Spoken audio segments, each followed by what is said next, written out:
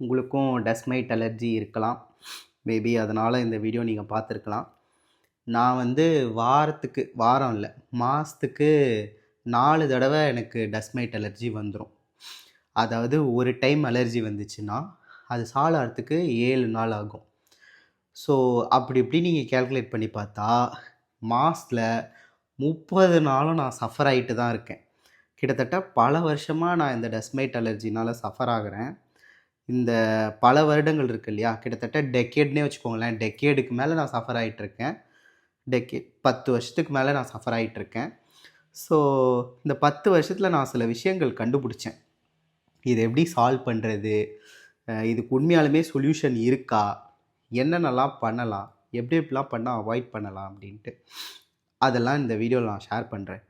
So dust mite allergy பற்றி already நான் dust mite அலர்ஜியில் அஃபெக்ட் ஆகிறப்போ பேசினாதான் ஹார்ட் ஹிட்டிங்காக இருக்குன்றதுனால எனக்கு இப்போது சிவியரான டஸ்ட் மைட் அலர்ஜி இருக்குது, அஃபெக்ட் ஆகிருக்கேன். என்னால் பேச முடியல. பட் இருந்தாலும் I want to share this experience, share my years of learnings with you. நீங்கள் ஆரம்ப கட்டத்தில் இருக்கலாம், இல்லை உங்களுக்கு அடிக்கடி இந்த மாதிரி தும்பல் வந்துகிட்டே இருக்கலாம், மாதத்தில் 2 தடவையாச்சும் நீங்கள் சஃபர் ஆகலாம். இந்த மாதிரியான ப்ராப்ளம்லாம் ஃபேஸ் பண்ணிகிட்ருக்கீங்க. பட் இது என்னன்னு தெரியல அப்படின்னா, எனக்கு குப்பத்தொட்டில் நிறைய மாத்திரை கிடச்சிருக்கு, வா ஷேர் பண்ணுறேன் அப்படின்ற மாதிரி எனக்கு சில இன்ஃபர்மேஷன் தெரியும் இதை பற்றி. இந்த பல வருடங்களாக நான் இந்த இன்ஃபர்மேஷனை கலெக்ட் பண்ணி ஐ ஆக்டட் அப்பான் இட். அதை நான் உங்களுக்கு சொல்கிறேன், உங்களுக்கு ஹெல்ப்ஃபுல்லாக இருக்கலாம்.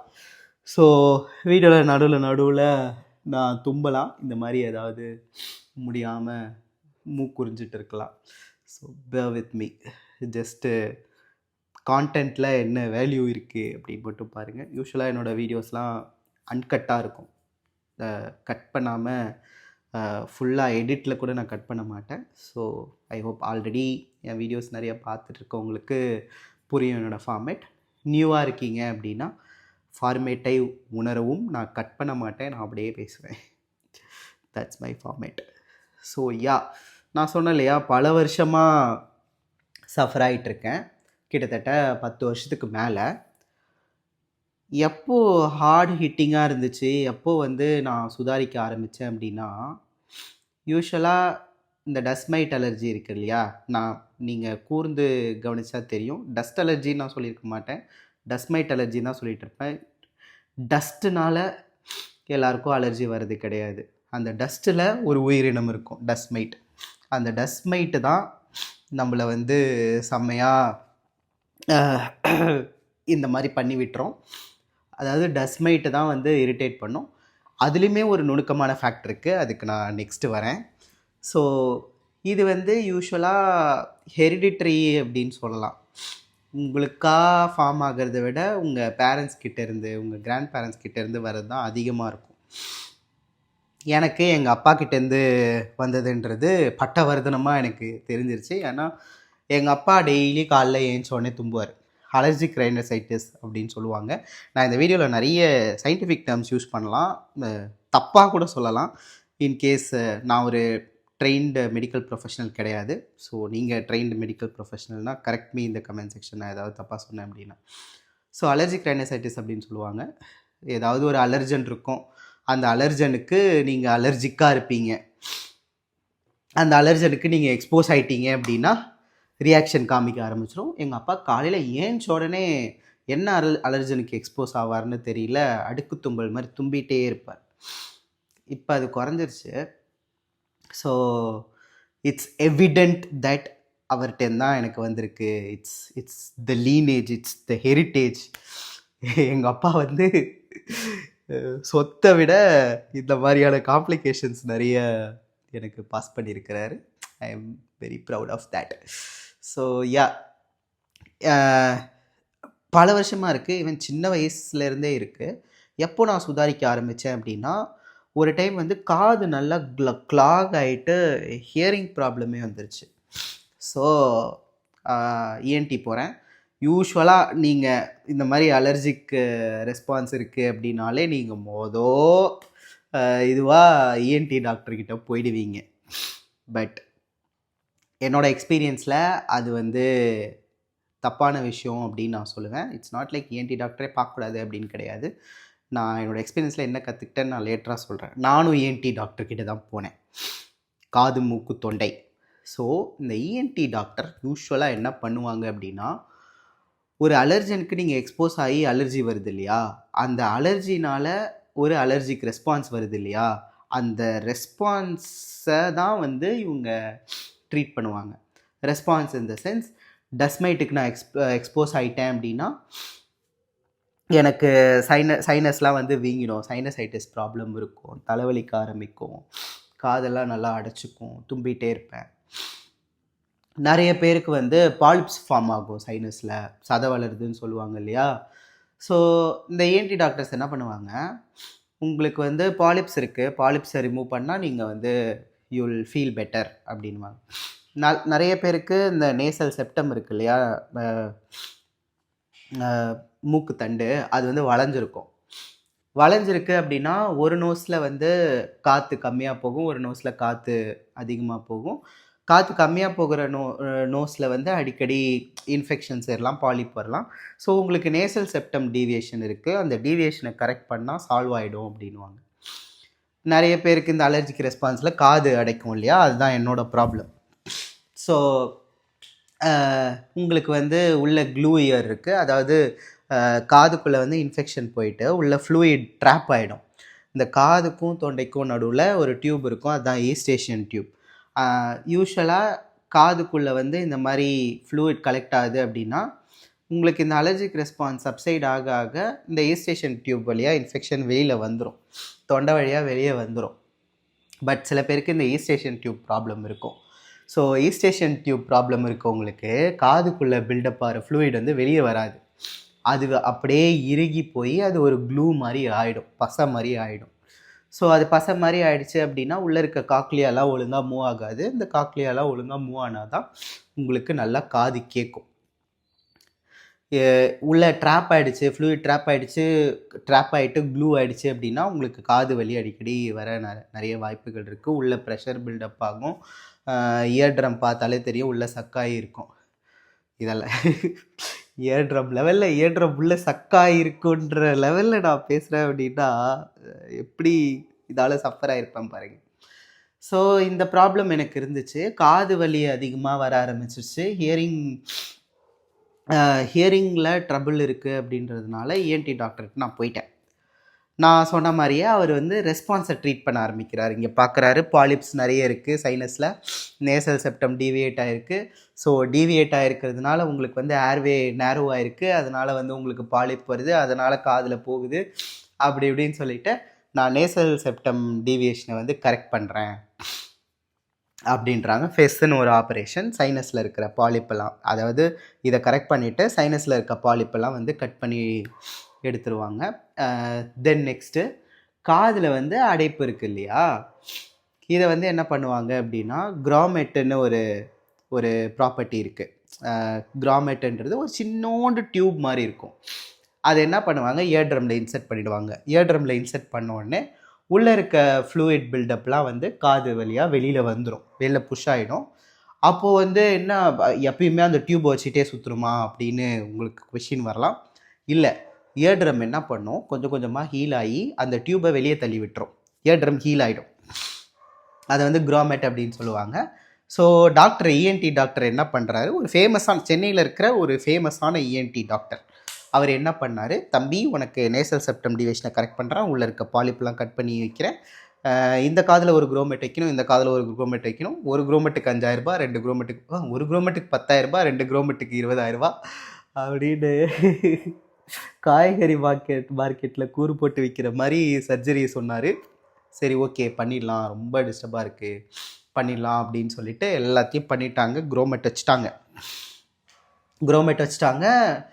நான் ஏந்திரிக்கிறேன், ஏஞ்சி குரோமெட் வச்சு கொஞ்சம் நீங்கள் மூக்கிலெல்லாம் இதெல்லாம் பண்ணியிருப்பாங்க இல்லையா, கவர்லாம் பண்ணியிருப்பாங்க, அதெல்லாம் சால்வ் ஆகிட்டு ஃபஸ்ட்டு டே எனக்கு அப்படியே ஹெச்டியில் கேட்குறேன் கைஸ் ஆடியோவை. அப்போ தான் எனக்கு தெரியுது நான் பல வருஷமாக கம்மியான ஆடியோவை கேட்டுட்ருக்கேன் அப்படின்னு. எந்த அளவுக்கு ஹெச்டினா, யாராவது லேசாக பிரவீன் அப்படின்னு பேசிட்டாலே போதும் எனக்கு காது அப்படி கொய்யணும், அந்த அளவுக்கு ஹெச்டியில் கிறிஸ்டல் கிளியராக கேட்குது. ஆப்பிள் லாஸ்லெஸ் மியூசிக் என்ன, இதுதான் லாஸ்லெஸ்ஸு. க்ரோமெட் வச்ச உடனே எனக்கு அப்படியே உள்ளே இருக்க ஃப்ளூயிட்லாம் வெளியே வந்தோடனே அப்படியே ஹெச்டியில் கேட்குது. அந்த சந்தோஷம் இருக்கே. இன்கேஸ் நீங்கள் பல வருஷமாக வந்து இந்த காது அடைப்பில் தவிச்சிட்ருக்கீங்க அப்படின்னா க்ரோமெட் வச்சுக்கோங்க. க்ரோமெட் வச்சா தான் உங்களுக்கு தெரியும் நீங்கள் எவ்வளோ பெரிய ப்ரீமியம் சப்ஸ்கிரிப்ஷனை லூஸ் பண்ணிகிட்ருக்கீங்க. இந்த க்ரோமெட்ன்றது premium subscription, Spotify premium subscription, Apple Music premium subscription மாதிரி. ஸோ க்ரோமெட் வச்சாங்க, சூப்பர் கிறிஸ்டல் கிளியராக கேட்டுட்டு இருந்துச்சு. அதுக்கப்புறமா க்ரோமெட் ஹீல் ஆகிடுச்சு, வெளில தள்ளி இயர்ட்ரம் ஹீல் ஆகிடுச்சு, க்ரோமெட்டை வெளில தள்ளிடுச்சு. ஓகே, நான் சால்வ் ஆகிட்டேன். இப்போ தான் பிரச்சனை வருது. திருப்பி சளி பிடிக்குது, திருப்பி தும்பல் வருது, திருப்பி காதடைக்குது, திருப்பி உள்ளே போய் ட்ராப் ஆகுது. என்ன பண்ணுவீங்க? திருப்பி போய் ஆப்ரேஷன் பண்ணுவீங்களா? இதுதான் ப்ராப்ளமே. இந்த சளி பிடிக்கிறதுக்கு காரணம் என்ன, தும்பல் வரத்துக்கு காரணம் என்ன, இந்த காசை டயக்னைஸ் பண்ணாமல் நீங்கள் அந்த அலர்ஜிக் ரியாக்ஷனை நீங்கள் சப்சைட் பண்ணுறதுக்கு என்னென்ன பண்ணணுமோ அதெல்லாம் பண்ணிங்கன்னா ஒன்றும் பண்ண முடியாது. திருப்பி திருப்பி ஆப்ரேஷன் பண்ணிகிட்டே இருக்க வேண்டியதான். ஸோ என்ன காசு அப்படின்னு நான் யோசிச்சு பார்த்தேன். ஓகே, எனக்கு எதாவது டஸ்ட்டில் நான் எக்ஸ்போஸ் ஆனேன் அப்படின்னா எனக்கு தும்பல் வருது. ஸோ சுற்றி இருக்கவங்களாம் என்ன சொல்கிறாங்கன்னா, உனக்கு டஸ்ட் அலர்ஜி, நீ நல்ல அலர்ஜனை போய் பாரு அப்படின்னு சொல்கிறாங்க. ஸோ அப்போ தான் நான் ஒரு அலர்ஜிஸ்ட்டை போய் பாரு அப்படின்னு சொல்கிறாங்க. ஸோ அப்போ தான் நான் ஃபஸ்ட்டு ஒரு அலர்ஜிஸ்ட்டை போய் பார்க்குறேன். அந்த அலர்ஜிஸ்ட் என்ன சொல்கிறாருன்னா, என்னை பார்த்துட்டு, தம்பி உனக்கு யூ நீட் ஃபெஸ், அப்படியே இங்கெல்லாம் நல்லா பிளாக்டாக இருக்குது, அந்த ஃபெஸ் சர்ஜரி நீ பண்ணணும் அப்படின்னு சொல்லிட்டு, டாக்டர் நான் ஆல்ரெடி அந்த சர்ஜரிலாம் பண்ணியிருக்கேன். சர்ஜரி பண்ணி நீ பாலிப்லாம் எடுத்துட்டியா? என்ன அப்படியே ஃபுல்லாக பிளாக் ஆன மாதிரியே இருக்கே, யூ நீட் அனதர் சர்ஜரி மாதிரி இருக்கே, சரி என்ன காசு அப்படின்னு பார்க்கலான்ட்டு இந்த ப்ரிக் டெஸ்ட் அப்படின்னு சொல்லுவாங்க, ஸ்கின் ப்ரிக் டெஸ்ட்டு. அதாவது நிறைய அலர்ஜன்ஸ் இருக்குது கைஸ். நீங்கள் சோயா பீன்ஸ் கூட அலர்ஜிக்காக இருக்கலாம். நீங்கள் நாட் ஜஸ்ட் டஸ்ட் மைட், நீங்கள் என்ன சொல்கிறது, ஃபெனால் ஸ்மெல்லுக்கு கூட அலர்ஜிக்காக இருக்கும். இந்த மாதிரி நிறைய அலர்ஜன்ஸ் இருக்குது, ஃபேமஸ் அலர்ஜன்ஸ். இந்த போலன்ஸ், இந்த ஃப்ளவர்ஸில் இருக்கிற அந்த போலன்ஸ், அதுக்கு கூட நீங்கள் அலர்ஜிக்காக இருக்கலாம். ஸோ நீங்கள் எதுக்கெல்லாம் அலர்ஜிக்காக இருக்கீங்கன்னு முதல்ல கண்டுபிடிக்கணும். ஸோ டாக்டர் என்ன பண்ணார், ப்ரிக் டெஸ்ட் எடுத்தார். ப்ரிக் டெஸ்ட்னால் அந்த அலர்ஜனை எடுத்து உங்கள் ஸ்கின்னில் கீறி விடுவார் இப்படி. ஸோ எதுக்கு அலர்ஜிக்கு ரியாக்ஷன் காமிக்குது, ரியாக்ஷன்னா அந்த இடம் தடிப்பாக ஆகும். ஸோ அப்படியே ஒரு இடம் கிட்டத்தட்ட ஒரு 20 ப்ரிக் பண்ணார், வலிக்கும் 20 ப்ரிக் பண்ணார். அதில் ஒரு ப்ரிக் மட்டும் அப்படியே நல்ல ரியாக்ஷன் காமிக்குது, டஸ்ட் மைட்டு. ஸோ டாக்டர் என்ன சொல்கிறாரு, தம்பி உனக்கு டஸ்ட் மைட் அலர்ஜி இருக்குது. டஸ்ட் மைட் அலர்ஜினா என்னென்னு அப்போ தான் எனக்கு சொல்கிறார். It's not actually dust allergy. Dust மூக்கில் போய் அது இரிட்டேட் ஆகி அலர்ஜி இதுவாகிறது கிடையாது. டஸ்ட்டில் ஒரு லிவிங் ஆர்கனிசம் இருக்கும், தட்ஸ் டஸ்ட் மைட்டு. அந்த டஸ்ட் மைட்டும் உள்ளே போய் இரிட்டேட் பண்ணி உங்களை இது பண்ணுறது கிடையாது. அந்த டஸ்ட் மைட் உங்களோட டெட் ஸ்கின் செல்ஸ் இருக்குது இல்லையா, டெய்லியும் நீங்கள் you are shedding a lot of dead skin cells. உங்கள் பெட்டில் நீங்கள் தூங்கும் போது, உங்களோட சேரில், உங்களோட சோஃபாவில் நிறைய ஸ்கின் செல்ஸ், உங்களோட ஸ்கின் செல்ஸ் அப்படியே உதிரும், டெட் ஆகி உதிரும். Each and every single day உங்கள் ஸ்கின் பழைய ஸ்கின் உதிர்ந்து போய் புது ஸ்கின் ஃபார்ம் ஆகுது, ஸ்கின் செல்ஸ் ஃபார்ம் ஆகுது. ஸோ இந்த ஸ்கின் செல்ஸை இந்த டஸ்ட் மைட் சாப்பிட்டு அது போடுற பூப்பு இருக்கு இல்லையா, அந்த பூப்பு தான் அலர்ஜன். அந்த பூப் உங்களோட நோஸ்குள்ளே போயிட்டு, நோஸ்குள்ளன்ட்டு இல்லை, எங்கே பட்டாலும் வச்சுக்கோங்களேன், அலர்ஜிக் ரியாக்ஷனை ஸ்டார்ட் பண்ணி விட்டுரும். ஸோ இதுதான் என்னோட மெயின் ப்ராப்ளம். உங்களுக்கும் ஒரு அலர்ஜனுக்கு ரியாக்ஷன் காமிக்கும். அது என்ன அலர்ஜன்னு கண்டுபிடிக்கணும் அப்படின்னா, நீங்கள் இந்த ஸ்கின் ப்ரிக் டெஸ்ட்டோ இல்லை பிளட்டில் டெஸ்ட் எடுப்பாங்க, ஐஜியா சம்திங் ஏதோ கால்குலேட் பண்ணுவாங்க அலர்ஜன்ஸ்லாம் போட்டு. ஸோ அதையோ ஏதோ ஒன்று பண்ணி அலர்ஜன் என்ன அப்படின்னு நீங்கள் கண்டுபிடிக்கணும். ஒரு அலர்ஜனாக இருக்கலாம், இல்லை மல்டிபிள் அலர்ஜன்ஸாக இருக்கலாம். யூஸ்வலாக இந்த டஸ்மைட் அலர்ஜி இருக்கவங்களுக்குலாம் வீட் அலர்ஜி இருக்கும், இது மில்க் அலர்ஜி இருக்கும். இந்த மாதிரி எதெல்லாம் உங்களோட அலர்ஜன் அப்படின்னு கண்டுபிடிக்கணும். ஸோ டஸ்ட்மைட் தான் என்னோட அலர்ஜன் நான் கண்டுபிடிச்சிட்டேன். டாக்டர்கிட்ட போயிட்டு, டாக்டர் நான் பல வருஷமாக நான் கஷ்டப்பட்டுட்டு இருக்கேன் டாக்டர், தயவு செஞ்சு இதுக்கு என்ன சொல்யூஷன் சர்ஜரி பண்ணுமா சொல்லுங்கள், இல்லை என்ன பண்ணணும் சொல்லுங்கள், நான் பண்ணுறேன் அப்படின்னு டாக்டர் காலில் போய் வின்ட்டேன். ஏன்னா நான் அவ்வளோ கஷ்டப்பட்டிருக்கேன். நார்மல் லைஃப் வந்து செம்மையாக ரொம்ப இம்பேக்ட் ஆகும். அலர்ஜிக் ரியாக்ஷன் இருக்கவங்களுக்கு, அலர்ஜி இருக்கவங்களுக்கு நான் சொல்கிறது நல்லா புரியும். ஸோ டாக்டர் காலில் போய் வின்ட்டேன். டாக்டர் என்ன டாக்டர் பண்ணுங்க டாக்டர், ஏதாவது பண்ணுங்க டாக்டர் அப்படின்ட்டு. டாக்டர் சொல்கிறாரு, தம்பி நீ என்ன வேலை செய்கிற அப்படின்னு கேட்டார். அந்த கேள்வியை கேட்ட உடனே நான் கண்டுபிடிச்சிட்டேன், ஆஹா டாக்டர் வந்து காசு கறக்கிறதுக்கு யோசிச்சுட்டாரு அப்படின்னு. யூஸ்வலாக ஒரு டாக்டர் வந்து நீங்கள் என்ன வேலை செய்கிறீங்க அப்படின்னு கேட்குறாங்க அப்படின்னா உங்களால் எவ்வளோ வந்து செலவு பண்ண முடியும் அப்படின்னு அசஸ் பண்ணுறாங்கன்னு அர்த்தம். ஸோ நான் அவர்கிட்ட சொல்கிறேன், அப்போ எனக்கு கல்யாணம் ஆகிடுச்சு, நானும் என்னோடய ஒய்ஃபும் தான் போயிருந்தோம். நான் வந்து ஐடியில் ஒர்க் பண்ணுறேன் டாக்டர் அப்படின்னா, என்னோடய ஒய்ஃபு அவங்களும் ஐடியில் ஒர்க் பண்ணுறேன் டாக்டர் அப்படின்னாங்க. சரி ஓகே, அப்போது வந்து ஒரு மேட்ரு இருக்குது, இம்யூனோதெரப்பின்னு ஒரு மேட்ரு இருக்குது. அந்த இம்யூனோதெரப்பி நீங்கள் பண்ணீங்க அப்படின்னா சால்வ் ஆகிடுமா டாக்டர், எல்லாம் க்யூர் ஆகிடுமா? க்யூர் ஆகலாம். நான் இதை என்னன்னு சொல்கிறது, க்யூர் ஆகலாம் அப்படின்றாரு. அதாவது இம்யூனோதெரப்பினா என்னென்னா, அந்த அலர்ஜி, இந்த ஸ்கின் ப்ரிக் டெஸ்ட் பண்ணாங்க இல்லையா, அலர்ஜன் எடுத்து ஸ்கின்ல வச்சு ரியாக்ஷன் காமிக்குதான்னு பார்த்தாங்க இல்லையா, அதையே இன்ஜெக்ஷனில் பண்ணுவாங்க. இன்ஜெக்ஷனில் வந்து அந்த அலர்ஜன் இருக்கும், அந்த அலர்ஜனை வந்து உங்களுக்கு ஷார்ட்ஸாக கொடுப்பாங்க. ஸோ உங்களோட சிஸ்டம், உங்களோட பாடி வந்து அந்த அலர்ஜனுக்கு பழகும். பழகி நேச்சுரலாகவே அந்த அலர்ஜனுக்கு நீங்கள் எக்ஸ்போஸ் ஆனீங்கன்னா பாடி இம்யூன் சிஸ்டம் ரியாக்ட் பண்ணாது. இம்யூன் சிஸ்டம் ரியாக்ட் பண்ணால் தானே உங்களுக்கு வந்து சைனஸ் வீங்கிறது, இதுவாகிறது, தும்பல் வருது, அதெல்லாம் இம்யூன் சிஸ்டம் ரியாக்ட் பண்ணாது. ஸோ இதை தான் ஒரு சொல்யூஷனாக சொல்கிறாரு. அப்புறம் என்ன டாக்டர் ஊசி போட வேண்டியது தானே, ஏன் ஆகலாம்னு சொல்கிறீங்க அப்படின்னா, இதோட சக்ஸஸ் ரேட் வந்து அரௌண்ட் 80% தம்பி. ஸோ நீ அந்த 20% இருந்தன்னா உனக்கு சரி ஆகாது. அது மட்டும் இல்லாமல் இது வந்து பல வருஷம் எடுக்கணும் இந்த ஷார்ட்ஸை. நீங்கள் ஜஸ்ட்டு ஒரு ஷார்ட்ஸ் போட்டால் முடிஞ்சுது அப்படின்னு கிடையாது. நீங்கள் பல வருஷம், மினிமம் 5 வருஷம் எடுக்கணும்னு நான் ரெடிட்டில் படிச்சுன்னு இருக்கேன். ரெடிட்டில் வந்து அலர்ஜிக்குன்னு ஒரு சப்ரெடிட் இருக்குது. உங்களுக்குலாம் அலர்ஜி இருக்குன்னா ரெடிட்டில் அந்த அலர்ஜிக்கு சப்ரெடிட்டில் போய் ஜாயின் பண்ணுங்கள். ஒரே கூத்தாக இருக்கும். நம்மளை மாதிரி பசங்கள்லாம் வந்து பேசின்னு இருப்பாங்க, நான் எப்படி கஷ்டப்படுறேன் அப்படி கஷ்டப்படுறேன். அவங்கெல்லாம் என்ன சொல்கிறாங்க, மினிமம் 5 வருஷமாச்சு எடுக்கணும், 5 வருஷம் எடுத்தும் சில பேருக்கு ஒர்க் அவுட் ஆகாமலாம் இருக்குது அப்படின்றது. எனக்கு என்னென்னா, அதெல்லாம் வந்து காஸ்ட்லி ஷார்ட்ஸு, ஓகேவா? டாக்டர் வந்து என்னோடய ஆக்குபேஷன் கேட்ட உடனே உங்களுக்கு தெரிஞ்சிருக்கும். அந்த இன்ஜெக்ஷன்லாம் வந்து காஸ்ட்லி இன்ஜெக்ஷன். அவர் என்ன சொல்கிறார், நான் வெளிநாட்டிலேருந்து வர வைக்கணுன்றார். ஸோ அப்போ அது எவ்வளோ காஸ்ட்லியாக இருக்கும் பார்த்துக்கங்க.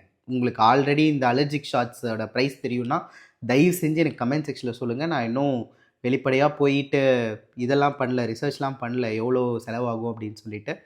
நீங்கள் சொல்லுங்கள் எவ்வளோ செலவாகும், நீங்கள் ஆல்ரெடி எடுத்திருக்கீங்க, உங்களுக்கு க்யூர் ஆகிடுச்சு அப்படின்னா லெட் மீ நோ இந்த கமெண்ட் செக்ஷன். ஸோ அது ரொம்ப செலவாகும். அவ்வளோ செலவு பண்ணி நீங்கள் பண்ணாலும் நீங்கள் வந்து அந்த 20% இருந்தீங்கன்னா என்ன பண்ணுவீங்க? ஐம் அன் அன்லக்கி கை. அது எனக்கு நல்லாவே தெரியும். எதுவுமே விளங்காது எனக்கு. அப்படி இருக்கும்போது கண்டிப்பாக நான் இந்த 20% ப்ராக்கெட்டில் தான் இருப்பேன். ஸோ நான் யோசிச்சுட்டு வரேன் டாக்டர் அப்படின்னு வந்துட்டேன். சரி வேறு என்ன வழி இருக்குது அப்படின்னு பார்த்தேன். நிறைய டாக்டர்ஸ்கிட்ட பேசினேன். என் ஃபேமிலியில் நிறைய டாக்டர்ஸ் இருக்காங்க. அது இல்லாமல் மற்ற டாக்டர்ஸ்லாம் பேசினேன். ஆன்லைனில் இருக்க கம்யூனிட்டிஸ்கிட்டலாம் என்கேஜ் பண்ணேன். அதில் வேறு வழி, என்ன வழி தெரிஞ்சது அப்படின்னா, வழியே இல்லை. ஒரு டாக்டர் வந்து ஆன் ஃபேஸ் சொன்னார், டாக்டர் என்ன டாக்டர், எனக்கு தெரியும் என்ன சொல்யூஷன்னு தெரியும், இருந்தாலும் நான் அவர்கிட்ட கேட்டேன். அவர் சின்ன வயசுலேருந்து ஏதாவது எனக்கு உடம்பு முடியலன்னா நான் அவர்கிட்ட தான் போவேன். அவர்கிட்ட கேட்டேன் ரீசெண்டாக, ஒரு 2 மாதத்துக்கு முன்னாடி தான் கேட்டேன். என்ன டாக்டர் ஒரே கடுப்பாக இருக்குது டாக்டர் இந்த அலர்ஜி, என்ன டாக்டர் பண்ணுறது? ஒன்றும் பண்ண முடியாதுப்பா அப்படின்னாரு. ஒரு டாக்டர் ஒன்றும் பண்ண முடியாதுப்பா அப்படின்னு கை விரித்து ஆன் ஃபேஸ் சொன்னதை நான் அப்போ தான் பார்த்தேன்.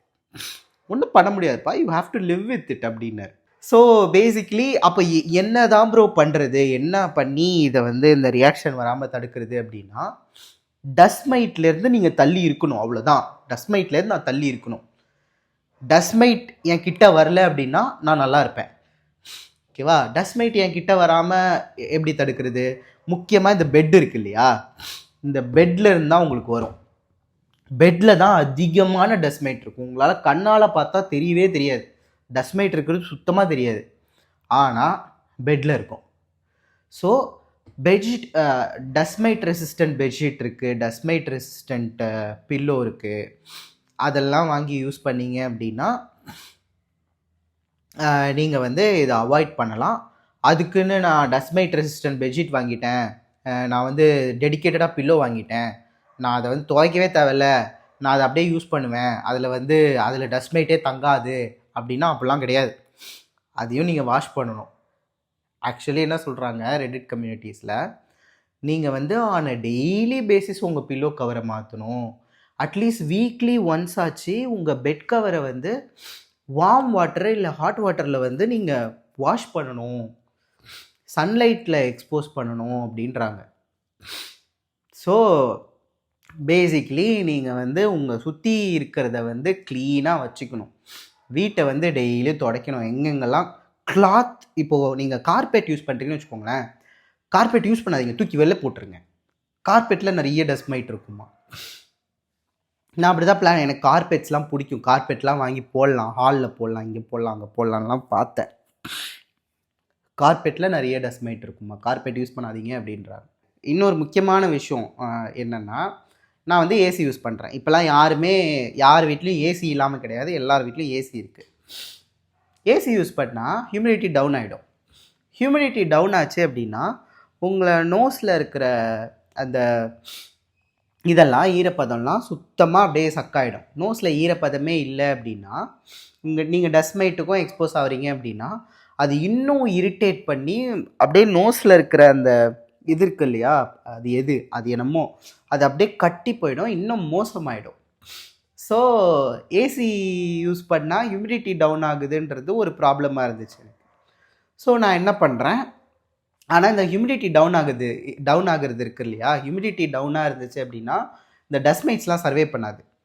ஸோ யூஸ்வலாக இந்த வெஸ்டர்ன் கண்ட்ரீஸ்லாம் என்ன சஜஸ்ட் பண்ணுறாங்கன்னா, ஒரு டீஹியூமிடிஃபையர் வாங்கி வச்சுக்கோங்க, ரூமில் இருக்க ஹியூமிடிட்டியை வந்து நீங்கள் கம்மி பண்ணீங்க, டவுன் பண்ணீங்க அப்படின்னா டஸ்மைட்லாம் செத்து போயிடும் அப்படின்னு சொல்கிறாங்க. ஸோ அது பேசிக்லி ஏசி மூலமாக நடக்குதுன்னு வச்சுக்கோங்க. ஆனால் ஏசி என் மூக்கில் இருக்கிற அந்த இதெல்லாம் மியூக்கஸ் எல்லாம் சுத்தமாக ஸ்ட்ரிப் டவுன் பண்ணிவிட்டு அதுவும் இன்னும் என்னை சஃபர் பண்ண வைக்குது. ஸோ நான் என்ன பண்ணேன், ஹியூமிடிட்டி டவுன் ஆகுதா, ஓகே அப்போ ஹியூமிடிட்டியை இன்க்ரீஸ் பண்ணலாம், ஹியூமிடிஃபையர் வாங்கலாம் அப்படின்ட்டு இங்கே வாங்க. தெரிகிறதா, இது வந்து ஹியூமிடிஃபையர். இதில் வந்து தண்ணி ஊற்றி வச்சு ஆன் பண்ணால் அந்த லிக்விட் வந்து அப்படியே புகையாக வரும். ஸோ அது வந்து ஹியூமிடிட்டியை இன்க்ரீஸ் பண்ணி விட்டுரும். ஆனால் ஹியூமிடிட்டி இன்க்ரீஸ் ஆச்சுன்னா என்ன ப்ராப்ளம், ஹியூமிடிட்டி இன்க்ரீஸ் ஆச்சுன்னா டஸ்மைட் இன்க்ரீஸ் ஆகும். ஐயோ நான் இந்த லூப்புக்குள்ளே மாட்டிட்டு தவிக்கிறேன் கைஸ். ஸோ அது மட்டும் இல்லாமல் இப்போது போன மாதம் வந்து இன்னொரு விஷயம் பண்ணேன். என்னென்னா, சரி அதே ரெடிட் கம்யூனிட்டியில் என்ன சொல்கிறாங்க, ஒரு ஏர் பியூரிஃபையர் வாங்கி வைங்க அப்படின்ட்டு. அப்படியே இங்கே வாங்க, இங்கே பார்த்தீங்களா, ஹனிவெல் ஏர் பியூரிஃபையர் வாங்கி வச்சுருக்கேன். வாங்கி வச்சேன். இது யூஸ் பண்ணால் ஆனால் கொஞ்சம் பெட்டராக இருக்குது கைஸ். அதாவது ரூமில் இருக்க ஏர் வந்து கொஞ்சம் குவாலிட்டியாக இருக்கிறது நல்லா தெரியுது.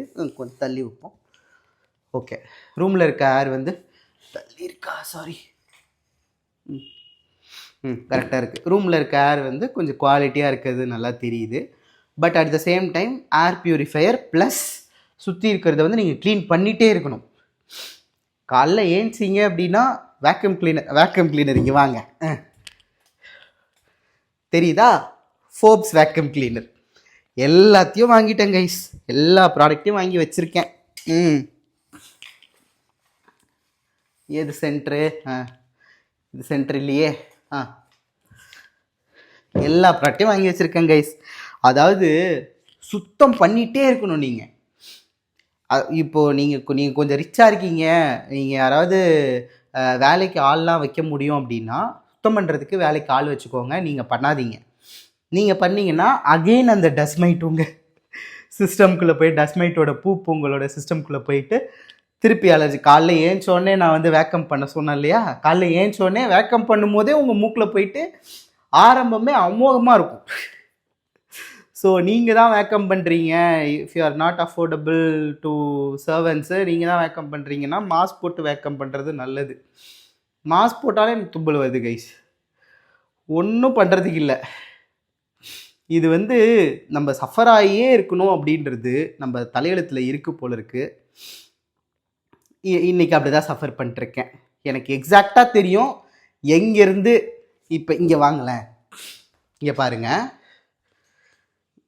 சாரி, இங்கே வந்து ஒரு இது இருக்கா, இது என்னோடய சிஸ்டமில் இருக்கிற கிளாத்து. அந்த கிளாத்து கிட்ட போன உடனே மூக்கு அப்படியே நம்மன்னுது கைஸ். அப்போ இது என்ன சொல்ல வருது, எங்கே, அப்போ இது என்ன சொல்ல வருது, அந்த கிளாத்தை நான் மாற்றணும்னு அர்த்தம். அந்த கிளாத்தை மாற்றணுன்ற நாலேஜ் வரத்துக்குள்ளேயே நான் வந்து இம்பேக்ட் ஆகிட்டேன். ஸோ நீங்கள் வந்து டஸ்மைட் அலர்ஜினால் சஃபர் ஆகுறீங்க அப்படின்னா, எனக்கு ஒரு டாக்டர் சொன்னார் இல்லையா, அதே சொல்யூஷன் தான்.